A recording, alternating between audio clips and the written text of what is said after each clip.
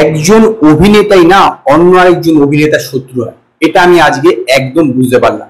যেরকম ভাবে আরশাদ বারসি প্রভাসকে জোকার বলেছে, আমি অন্তত কোনোভাবেই মেনে নিতে পারছি না, এবং সেই ব্যাপারে আজকে আমি আপনার সঙ্গে এই ভিডিওতে কথা বলবো। দেখুন, প্রভাস হতে পারে তার মনে হয়েছে যে তিনি খারাপ একটা বা অন্যান্য কিছু, তার অভিনয় তার ভালো লাগে না, সবকিছু মেনে নেওয়া যায়, কিন্তু এইভাবে জোকার শব্দের ব্যবহারটা অত্যন্ত নিচু মনের পরিচয়, অন্তত আমার সেরকম মনে হয়। তো প্রথমে আমি আপনাদেরকে যে আরশাদ বারসি যে ইন্টারভিউটা দিয়েছে একটি পডকাস্টে, তো সেইখানে কি বলেছে এক্স্যাক্টলি সেটা আমি প্রথমে আপনাদেরকে জানাচ্ছি।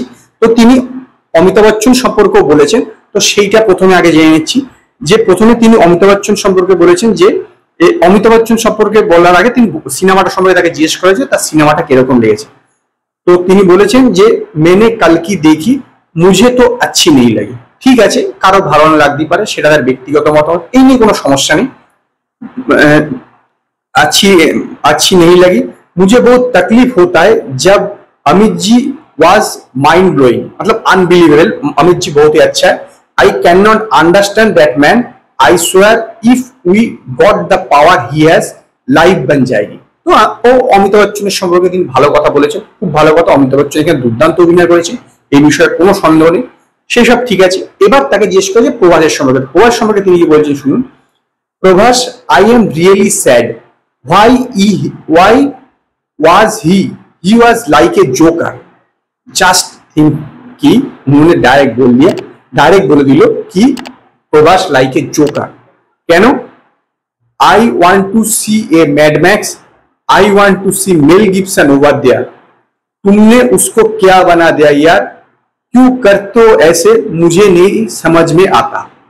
মানে একটা কথা বলে দেখুন, ভেবে দেখুন যে কিরকম তাদের চিন্তা ভাবনা, যে প্রভাসকে তিনি সেখানে দেখতে চান না। হতেই পারে তার মনে হচ্ছে কালকিতে মেল গিবসনকে নিলে বেটার হতো, হতেই পারে, কোনো সমস্যা নেই। কিন্তু জোকার শব্দের ব্যবহার করার মানেটা কি? জোকার শব্দটা কিন্তু খুব খারাপ অর্থেই ব্যবহার করা হয়।